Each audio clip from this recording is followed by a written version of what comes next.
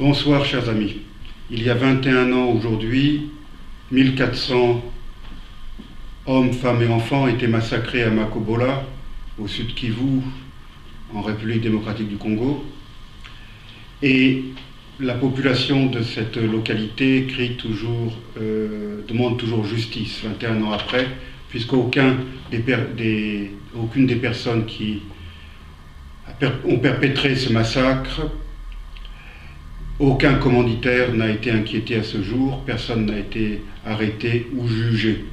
Or, tout le monde sait qui a commis ce massacre. Il s'agissait de la milice collaboratrice mise sur pied par l'armée d'occupation. Et l'armée d'occupation, c'était l'armée patriotique rwandaise, puisque l'armée de Paul Kagame, à l'époque, occupait tout l'est de la République démocratique du Congo. Makobola est l'un des massacres, il y en a eu beaucoup d'autres, qui ont visé à la fois des Congolais et des Rwandais. On parle de millions de morts au total, victimes directes ou indirectes de cette guerre et de cette occupation de l'armée patriotique rwandaise en République démocratique du Congo. Il y a quelques jours de cela, je lisais un article dans un grand magazine français, un article signé par Judy River, cette journaliste enquêtrice canadienne, qui révélait que des éléments infiltrés de l'armée patriotique rwandaise avaient massacré des Tutsis à Bisesero, dans la zone qui était en train d'être contrôlée par l'armée française lors de l'opération Turquoise en juillet-août 1994. Trop longtemps, cette opération Turquoise a été la cible des calomnies orchestrées depuis Kigali pour, d'une part, salir l'armée française, bien sûr, mais aussi et surtout camoufler les massacres bien réels qui, eux, avaient été commis par l'armée patriotique rwandaise. Je fais partie de ceux qui n'ont jamais nié les épouvantables massacres dont étaient victimes les Tutsis au Rwanda pendant ces 100 jours d'apocalypse qui ont suivi l'attentat contre l'avion du président Habyarimana. Ces massacres ont bien eu lieu et les Interamwe sont indéfendables. La milice Hutu qui a perpétré ces massacres sont absolument indéfendables et leurs chefs, bien sûr, doivent être jugés et condamnés. Un certain nombre d'entre eux l'ont déjà été.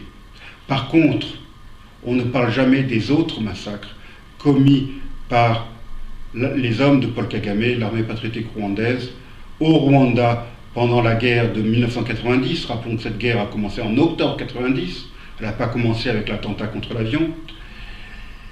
Et ces massacres commis par l'armée patriotique rwandaise ne se sont pas arrêtés avec la victoire du FPR à Kigali en juillet 1994. Ils se sont poursuivis au Rwanda avant d'être exportés vers la République démocratique du Congo à partir de 1996. Et c'est dans ce contexte que ce massacre de Makobola a été commis.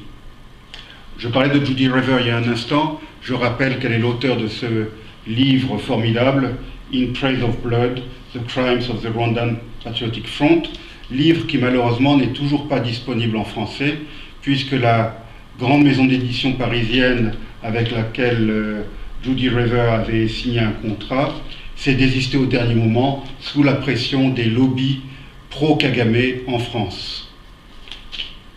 Il y a quelques semaines, peut-être 2 mois, Charles Onana, le journaliste enquêteur franco-camerounais, a sorti un nouveau livre, Rwanda, la vérité sur l'opération Turquoise. Je tiens à saluer Charles Onana pour la qualité du travail qu'il a fait, travail de recherche. Il a fait parler les archives, pas seulement les archives françaises d'ailleurs, pas seulement les archives des autorités françaises de l'époque, du gouvernement, présidence de la République, armée française, mais aussi les archives américaines, les archives britanniques, les archives onusiennes. On en a fait un travail remarquable que tous ceux qui ont été sensibles aux calomnies qui ont couru au sujet de l'opération turquoise devraient lire, car Charles Onana, dans ce livre, rétablit enfin la vérité et rend justice aux soldats français ayant participé à cette opération turquoise. Tout cela me conforte beaucoup, car moi-même j'avais sorti Rwanda, 25 années de mensonges avant que ces deux livres sortent, et dans ce livre, je donnais moi aussi ma part de vérité, je dénonçais tous les mensonges, toutes les calomnies qui ont circulé depuis 25 ans autour de l'épouvantable tragédie rwandaise. Aujourd'hui, si c'était à refaire, je le referais. Je ne retire ni un point ni une virgule de ce que j'ai écrit. Peut-être qu'aujourd'hui, j'en dirais même davantage, car il est certain que je m'étais peut-être un peu autocensuré à l'époque. Il y a beaucoup d'autres choses que je pourrais dire, peut-être que cela fera l'objet d'un nouveau livre. Ce livre d'ailleurs, Rwanda, 25 années de mensonges, publié chez Vincentello di Istria Bastia, est toujours disponible. Voilà ce que je voulais vous dire ce soir, chers amis. Je termine en vous présentant mes vœux pour la nouvelle année 2020 qui approche. Merci et à bientôt.